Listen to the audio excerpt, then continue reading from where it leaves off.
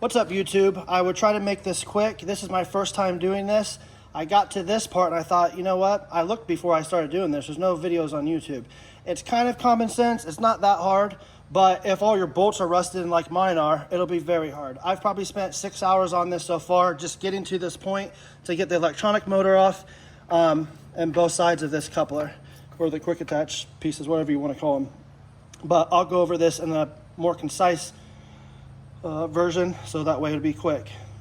Well, I'll go over some things I don't like about this as well. First of all, I don't know why John Deere uses electronic motors and doesn't have a hydraulic motor. It makes no sense. You could just run a hose down here and it'll have so much more power to pull your pins in and out. They don't do that, so it's not really worth going over and talking about for 20 minutes. It's just stupid and it's not reality. So let's not talk about it for a long time.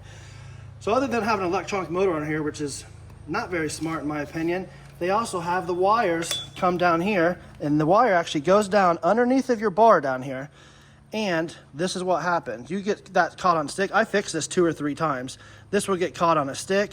But another problem other than this ripping out and breaking, which is a pain, a lot of times this motor doesn't have enough pressure to put those pins in or out, or power, I guess I would say.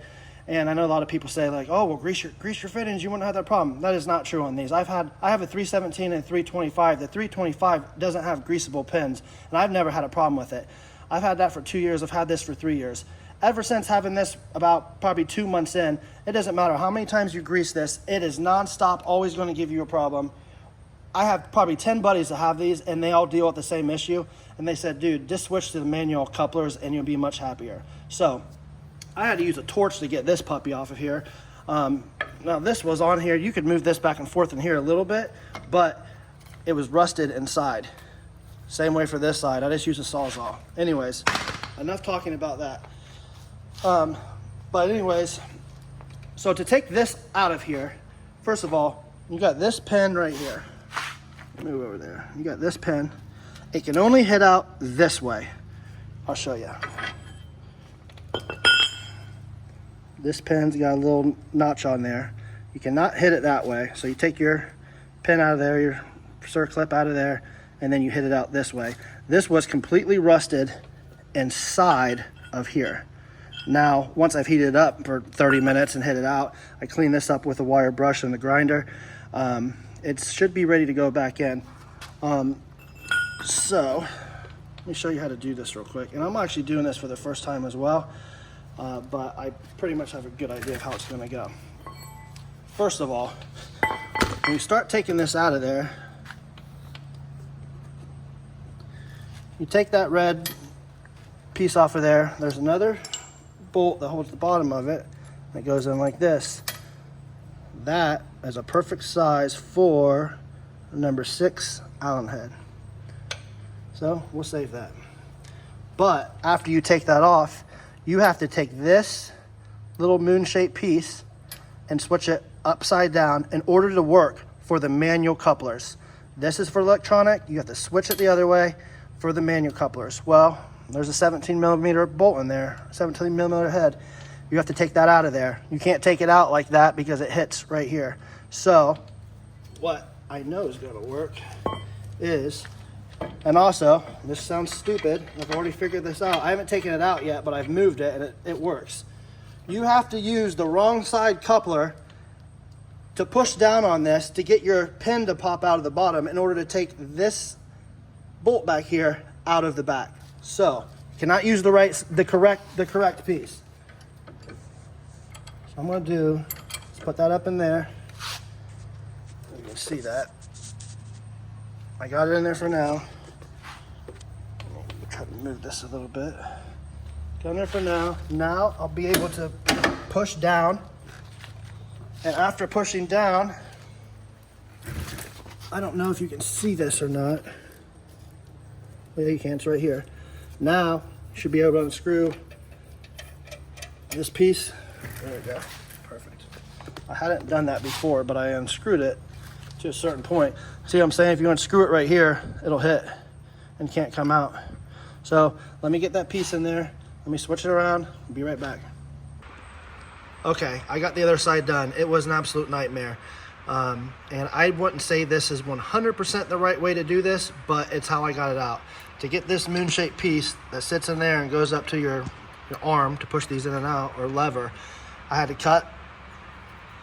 This is normally sitting in there up against that spring. I cut the outside with a Sawzall. I'm now going to cut the inside of that bushing with a Sawzall, and that will alleviate pressure from that spring, let it come up. There's a washer that's shaped the same, I'll show you when I get out, but there's a washer that has a cutout in it the same size as this main bolt or rod. Let me cut that out and I'll show you what I'm talking about. All right, so I cut that bushing off the top. I then took this washer off the top. As I said, it's kind of got a little notch in it, and then the spring comes out. Now, what we're doing this for is to alleviate the pressure in this spring, so that way we can get this moon-shaped piece back up there. And then I'll show you how I figured this out. Once again, I don't know 100% if this is exactly how you're gonna do this. I spent quite a little bit of time trying to figure this out, and this is what I came up with. So there's this pin down here. I'm gonna put a screwdriver on it from this side, and I'm gonna knock that pin out, so that way I can pull the main pin all the way out of the bottom and reconfigure this. All right, after I knock that pin out of there, right here, you should be able to grab from back here, pull this out a little bit, and now that's gonna give you room to put that spring back on there without the tension.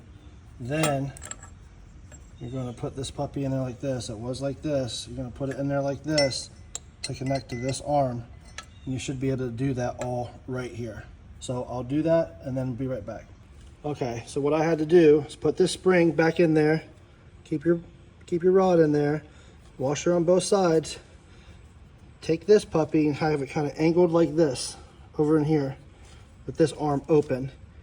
And if they both pivot back there, you can put them together, and if you push back on here this way, it puts that spring pressure in there just like that. Now, I'm gonna take a hammer, something to get that back over there, line up my pin, and then I can put my bolt back through.